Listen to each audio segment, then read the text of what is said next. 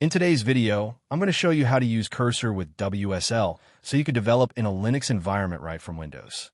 First, make sure you have WSL installed. You can do this by running WSL, installing PowerShell, and setting up a distro like Ubuntu. Next, open your WSL terminal and navigate to your project folder inside Linux. From there, launch Cursor directly by typing Cursor. This opens your project in Cursor, but connect it to the WSL environment. If that command doesn't work, make sure Cursor is added to your path or install the shell command from Cursor's command palette. Once opened, Cursor will run in a remote WSL context, meaning your code, terminal, and dependencies all use Linux instead of Windows.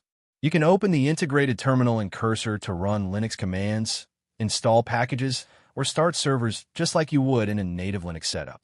This is super useful for backend development, Docker workflows, or anything that depends on Linux tools. And that's it.